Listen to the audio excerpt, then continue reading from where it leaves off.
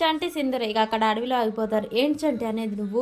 మనం ఇంటికి వెళ్ళకుంటుంటే అత్తమ్మ ఎంత కంగారు పడుతుందో తెలుసా? కరెక్టే అమ్మాయి గారు. కానీ మనం ఇప్పుడు వెళ్ళి వాళ్ళకి దొరికిపోయే బదులు ఉదయం పొద్దుగాల లేచి వెళ్ళిపోదాం. అప్పటికి ఈ రౌడీలు వెళ్ళిపోతారు. ఇప్పుడు వెళ్ళిపోతే రౌడీల కంట పడతాం అమ్మాయి గారు. దయచేసి ఇక్కడనే ఆగిపోదాం అని చెప్పగానే ఇక చెంచలమ్మ, కేశవ, సింధూర వీళ్ళందరూ ఒక్కడ కలుసుకుంటారు. దొరికిందా అని చెప్పగానే లేదు వాళ్ళ ఆచూకి ఏమీ తెలియలేదమ్మా.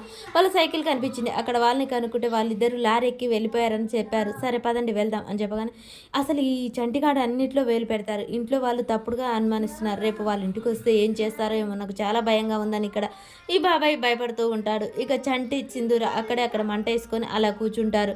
చంటి మా అత్తమ్మ ఎంత బాధపడి ఉంటుందో కదా అని చెప్పగానే ఏం పర్వాలేదు అమ్మాయి గారు, ఈ నైట్ బాధపడ్డా ఉదయం వెళ్దాం, మీరు కంగారు పడకండి, ఆకలిగా ఉంది అమ్మాయి గారు అనగానే మర్చిపోయాను నేను బిస్కెట్లు తెచ్చాను అమ్మాయి గారు తీసుకోండి చెరొకటి అని చెప్పేసి అనగానే సింధూర తినకుండా ఆలోచిస్తూ ఉంటుంది. చంటి మాత్రం గబగబా తినేస్తాడు. చంటి ఆకలి గురించి ఆలోచించి సింధూర నాకు తినబుద్ధి కావట్లేదు, ఇదిగో చంటి ఈ ప్యాకెట్ కూడా నువ్వే తిను అని చంటికి ఇచ్చేస్తుంది. అలా 2 ప్యాకెట్లు చంటి తినేస్తాడు. ఇక అక్కడే ఉండగానే అమ్మాయి గారు ఒకవేళ ఇక్కడికి దయ్యాలు కానీ పులులు కానీ వస్తాయంటారా? లేదు చంటి అలా ఏమీ రాదు అనగానే చిన్నప్పుడు మా నాయనమ్మ చెప్పేది అలా వస్తాయి అని చెప్పగానే అలా ఏమి రావు చంటి నువ్వు భయపడకుండా ఉండు. అబ్బాయి ఇంత పిరికివాడై ఉంటాడా? ధైర్యంగా ఉండాలి. అయితే సరే అమ్మాయి గారు అని చెప్పేసి కర్ర పట్టుకొని ధైర్యంగా అటు ఇటు తిరుగుతూ ఉంటాడు.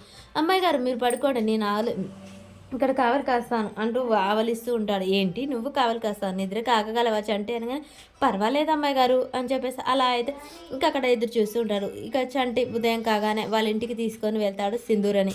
ఏంటి నీ భార్య చంటి ఈ పిల్ల చాలా బాగుంది పప్పన్నం ఎప్పుడు పెడుతున్నావు అని చెప్పగానే ఇక అలా సంటి చిగ్గుపడుతూ ఉంటాడు. ఈలోపే వాళ్ళ ఇంటికి తీసుకెళ్తాడు. అక్కడ వాళ్ళ అమ్మ వండిన వంట వాసన పీలుస్తూ అమ్మ అమ్మ అని పిలుస్తూ ఉండగానే ఆ అమ్మ బయటికి వెళ్తూ ఉంటుంది. ఈ అమ్మ ఎవరో కాదు, ఆ రోజు చంటి పిల్లాన్ని ఎత్తుకొని వెళ్ళిన మంత్రసానే ఈ అమ్మ. అలా చంటిని చూడగానే చంటి అని చెప్పేసి ఇద్దరు ఏడుస్తూ ఉంటారు. సింధూరని చూసి అలా చూస్తూ ఉంటుంది. మరి ఇక చంటి ఇక్కడ ఉన్నాడని ఫోన్ చేయడంతో కేశవ వచ్చి చంటే తన కొడుకు అని తెలుసుకుంటాడా? అసలు ఏం జరుగుతుంది అనేది మనకు నెక్స్ట్ వీడియోలో తెలుస్తుంది.